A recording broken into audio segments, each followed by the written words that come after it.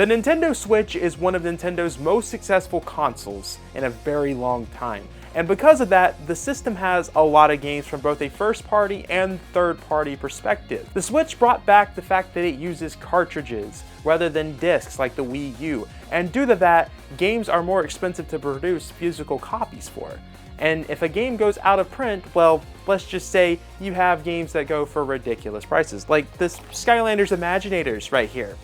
This should be like a $20 game. Well, if you look at eBay sold listings, you'll see that this is not a $20 game. And the Switch has so many of that, where games that should be relatively cheap are not cheap. And we've been doing this series where we go over the top 10 Switch games you should buy before they become super expensive / rare. And today we have another list for you. Part 6, the thing that everyone has been asking for, and we're doing it behind the great new shelf. I've been waiting to do this video for a long time, and I know you guys have been because y'all won't stop asking for it. But this time, here it is, Part 6. Let's go ahead and go over these next batch of Switch games that I have to show you that you should get. This first game has a very interesting story behind it and the crazy development it had in the last year, because this was a game that at one point you were no longer able to buy.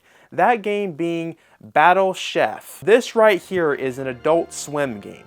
If you don't know, Adult Swim games recently just closed down, I believe, earlier this year. And when that happened, they closed down all of the games. So things like Samurai Jack, you can no longer buy digitally. The only way to play those games is if you bought the physical copy. And Battle Chef was gone at one point until the developers of this game bought back the rights to be able to publish this game, which has led a lot of people to speculate the fact that they wanted to keep this game alive. Sounds like they're going to be doing a sequel to this game. And if that sequel ever gets announced, this game is going to go up in value. It did at one point until the game got back onto the eShop. Now, this is a relatively cheap game that you can get. It came from Limited Run, so this is probably one that I would definitely be on the lookout for because it's like a $30 to $40 game, and this is definitely one that will go up in value if that sequel gets announced. And I think the development story of it should show that it has value in it, since at one point it did go up crazy numbers due to Warner Brothers doing stupid decisions, closing down and unreleasing movies that are actually finished. Dude, guys, if y'all look into Warner Brothers and what they're doing, they're kind of an idiotic company right now. This next game is something that I am very surprised that I own, but the only reason why I own this game is because I knew this was going to be an expensive Switch game at some point, due to the fact that this was a game that really no one really asked for to be on the Nintendo Switch. Coming in number 9 is an anime game. I know a lot of y'all think I hate the anime things because I don't show off anime enough, but I have some anime games in my Nintendo Switch collection. So this game in number 9 has to be Catherine Full Body. I still can't believe that I own this game. The reason why I think it's going to be an expensive game at some point, I think it's already out of print. A lot of people don't realize that this came out for the Nintendo Switch. This was also a game that came from Atlas, and at the time, no one was really asking for this game to come out for the Switch. So the support for this game in terms of sales were kind of low due to that, because mainly Atlas, people were wanting Persona games on the Switch. And this, from my understanding, I might be wrong about this, but I believe this was the first Atlas game to come out for the Nintendo Switch. So there's a lot of interesting things behind this game that can make it be an expensive game. And once people start collecting for this, this is going to be one of those games that people will be like, oh wow, that came on the Switch, I need to pick that up. This will be something people will realize towards the end of the cycle, like probably a few years after the Switch. This is something that will go up in value. These types— Stop the video! Whatever you're doing right now, you, the person watching this video right now, you need to stop and subscribe to the channel. I mean, literally, you need to just spam that button. Hit that subscribe button if you're not yet subscribed, because we're trying to get to 15,000 subscribers by the end of the year. I mean, look at that guy. Look at that guy. Why would you not want to subscribe? Literally, spam the mouse click, bro. Keep going at it. Keep going at it. By the end of this video, maybe we can hit 15,000 subscribers. Thanks, bye! Type of games, trust me, the RPGs, JRPGs, the animes, those type of stuff, they always go up years after the system ends. And I think this is still a pretty cheap game to show off. I think we got sold listings are like probably like 20-30 bucks. You can still get this game unless it already went up, you know. Coming in number 8 is something that I'm very surprised got a physical release, because if you've done the history on this company, there's only one thing that gets physical releases from this company. That company is Game Freak, and obviously Pokemon is going to get physical releases all the time. However, Game Freak launched a new IP on the Nintendo Switch that a lot of people don't realize, and actually has a crazy development team behind it, at least in the music standpoint. Toby Fox, Undertale, y'all know him, he developed the soundtrack of this game. That game being Little Town Hero. Game Freak has done a few IPs over the last few years in between Pokemon releases, and none of those games got physical releases. Little Town Hero did. It actually came in this big collector's edition box, which I'm surprised Game Freak put all this effort into it, because the game sucked. Everyone hated the game because of its battle system. It had a really good art style, but then that battle system changed everything. And it's so weird to have this in my collection, because as Game Freak, right there on the logo for the Nintendo Switch case, if it will focus, Game Freak is right there on the cover, which is so weird. It actually takes up a lot of space. I don't think I've ever seen a company take up so much space on the side of the Switch. Little Town Hero just recently came out with this physical release, so it's relatively new. You can definitely pick it up. And like I've said before, this is a video where we speculate. We try to inform you before they go super expensive. So if you're seeing newer titles here that aren't actually rare yet or out of print, this is why. We are trying to inform you. This next one is one that just came out also that will definitely end up going out of print soon, and definitely be one that collectors are going to want during the history of this game, because of the fact that it's related to the Dreamcast. That game being Slave 0X. First off, I know this is a video where we're talking about rarity of the Switch games and all that, but this game is incredible. So for $30 to get this game for how incredible it is, you will have an absolute blast. But the reason why this game I think is going to be something that people are going to be buying is due to the fact that it's related to the Dreamcast game that came out. I don't remember the whole storyline behind it. Set in that world that's connected with the Dreamcast game. And once people start figuring that out, people start talking about this game more, this is going to be something that goes out of print fast, because I just have a feeling that they're not going to produce many physical copies of this. And the game is incredible. Definitely pick this up if you have not already. Even if you're not a collector that much, like playing games, this is going to be one that you'll love playing.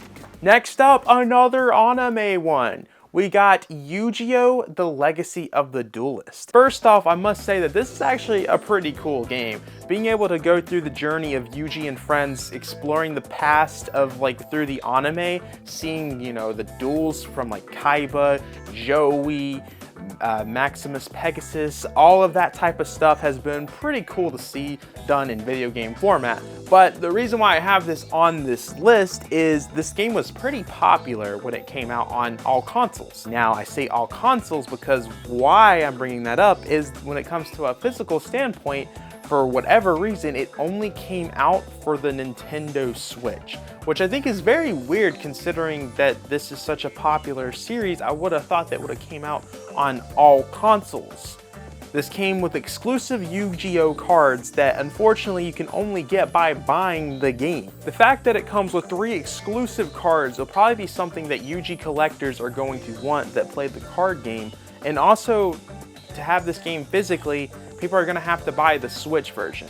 So this is multiple things that are going to add on to why I think this could be a more expensive game. This is still a relatively newer game. I think this came out 2021, I think, somewhere around that timeline. Either way, it's a fun game. I've always recommended this to people, and for all the anime fans, there you go. Next up on our list is a Nintendo IP that I think could potentially be continuing onto the next system due to how successful, I wouldn't say it's crazy successful, but for a new IP, these were crazy numbers. And unfortunately, the game for this, it just dropped so quick because it had so much going against it. But either way, The next game that we're talking about for this list is ARMS. Once people start wanting to collect first-party games for the Nintendo Switch, ARMS is going to be probably one of the more difficult ones to get in terms of its price, because it was one in the series.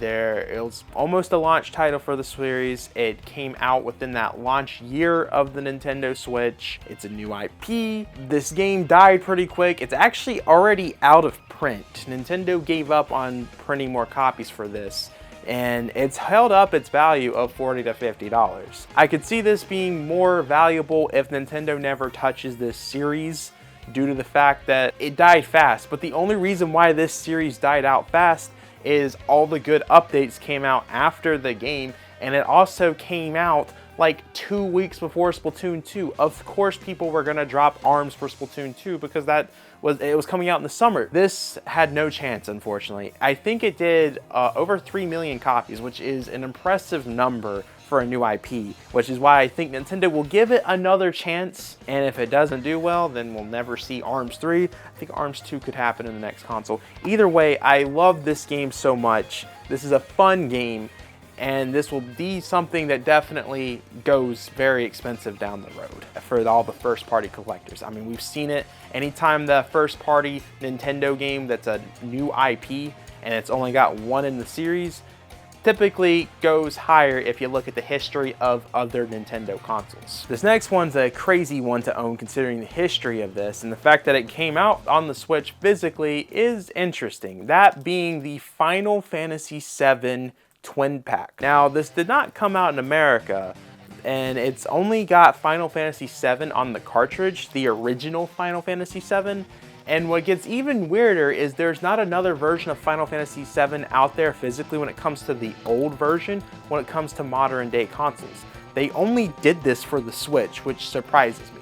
And what gets even weirder about this is Square Enix always said that Final Fantasy VII will never be on a cartridge due to the history of, the Nintendo 64. It was an N64 exclusive at one point, and with it being a cartridge-based system, Square dropped out, and they were like, it's never going to be on cartridge. Here it is on cartridge, and I'm pretty sure the cartridge only has Final Fantasy VII. I believe inside of my physical copy here is a download code of Final Fantasy VIII. So this is definitely one that you want to own, and will definitely be a collector's piece, probably when we get to the next Nintendo console. A lot of this stuff isn't going to be sought after until we head to the next console, where people will start collecting. Because now we're starting to see people collect for the Switch, but it's gonna be really popular when we get to that next console, especially if backwards compatibility is on that next system. This is one to get, and I think still relatively cheap out there, probably like 50, 60 bucks. This next game is the only 2D HD game that I don't see people talking about, that Nintendo heavily promoted, and once it came out, everyone forgot about this game. In fact, I don't even think when it got released on PC, many people were talking about it. I don't even think this has come out on PlayStation or Xbox. I think this is going to be a one and done for Square Enix. And that game that I'm talking about is Triangle Strategy. This was something that at one point was a Nintendo exclusive, because if you look at the side of it, Nintendo published the physical release. I believe this was the second ever 2D HD game to ever come out in that engine that Square Enix made, and this one just was not talked about enough. People were talking about Octopath Traveler so much, and then they were waiting for the sequel to that. Then Live Alive came around. People were talking that for a bit. This one was kind of just left in the dust. It left forgotten. And this will definitely be one that people are going to get, again, once people are going to collect for the system. People's main focus is going to be the stuff that Nintendo published, and this is something that Nintendo published. I also don't see this at stores anymore, so I know this is definitely an out-of-print Switch game. This is one that people are definitely going to want to start playing too when they play that 2D HD game engine that Square Enix created. In fact, the Switch has every single 2D HD game as of right now of making this video. That might be a big deal for people to have a system with that, and so people are going to want to buy this. This next one is one of the worst, if not the very worst, Nintendo Switch game of all time. In fact, I did a whole video of playing this game. We've seen a history of Nintendo consoles, and really any console, where most of the time, if a game is really bad, like really bad, like graphically bad, frame rate bad, unplayable. We've seen these games go up in value all the time for the system towards the end of that system cycle. And I think for the Switch, this is going to be no other, since a lot of the times these bad games don't get physical releases for the Switch due to cartridges being so expensive to make. And the fact that this got a physical really surprises me. That game being Trolley. Trolley is horrible. We've already went over it. The fact that this got a physical release very much surprises me. And Trolley, the history of this game is supposed to be a Square Enix game at one point, then it's not, then it got published by somebody else. The whole history of Trolley is very interesting. It came out, I think, a year after Trolley on other platforms, and this game never got updated. Once you play that game, once you see it, that's what you're playing. No updates at all. Still get this game for relatively cheap, and I really think that if anything in this video, really in the whole series, ends up being extremely expensive, I think Trolley is going to be that due to how bad this game is, because not many people are talking about just how bad Trolley is. Definitely pick this up because I know it's under $20. And like I've said many times before when my story of buying this game, I have never seen a vendor so happy about me buying something that was like less than like $15. This was at his booth for a very long time. Definitely pick this up. Just don't play it. This next game is already an expensive game, but the reason why it's in this list, I'm gonna go over later. That next game being Minecraft Story Mode Season 2. Now, this game is already going up in value. It's actually increasing every year. This game used to be about a $60 game, but now people are starting to see why this is a game people should be picking up. In terms of lost media, this game truly is lost media. Telltale Games went out of business and they lost the Minecraft rights. When they came back, they didn't get the Minecraft rights again. It's lost media. You can play the first season on Nintendo Switch, you can play all 8 episodes on the Switch and Wii U, and I think that's it. But in terms of Season 2, the Nintendo Switch is the only way to play the whole game. This game does have a physical on Xbox and I think PlayStation, but it only holds the very first episode on the disc. The Nintendo Switch version holds all 5 cartridges, all 5 episodes, which is pretty crazy that they were able to put all that into one cartridge, considering how expensive those type of cartridges are and how much these games hold crazy, ridiculous storage. But they got it done, and it was Telltale's very last release. In fact, the physical release of this was shadow released because it was being dropped in the middle of them shutting down. So this is definitely one that you want to be on the lookout for. It's already expensive, but I'm telling you now, this is going to end up being the most expensive Switch game because it's the only one out there that you can really make the argument for of lost media. And especially there's very rare instances now in today's gaming where the only way to play the game is only on one specific platform. A lot of the times you can get away with playing it on other platforms, but the Switch truly is the only way to play this game now. Guys, that was 10 games that you should be on the lookout for the Nintendo Switch before they become super rare, super expensive, all that good stuff. I hope y'all enjoyed this list. And I hope that you guys are not going to spam me for part 7 because my comments have been pretty relaxing. We had a few people ask for part 6, but it's nowhere near as bad. It's, you know, dare I say, seems like people don't care as much. And I'm fine with that. I'm actually pretty happy with that. So y'all can just shut up in the comments about part 7. Let's just have a normal conversation. Like, what was your favorite thing in this video in terms of games that we talked about? Or what was something that you felt was missed out on this that should be in a different video if I make a part 7 of this? There'll be a part 7, don't worry guys. I know there's people crying in the comments, Bags, please, part 7, don't do us to this. Don't worry, it's gonna happen. Guys, I have been talking for way too much. Make sure to backslash that subscribe button, like the video, check out my Twitter, check out my Discord, check out my Instagram, check out everything else that's in the description below. Become a MONADO Marine, $5 a month, and I will see you guys in the next video. Go watch my other videos. Stop asking for parts. Just watch other videos. Y'all know how many videos I make on here? I make crazy videos on here. Y'all will enjoy all the other stuff rather than these videos. Trust me, trust me. By the way, y'all like that shelf? I think it's pretty cool. It's perfect. It's perfect. All right, bye.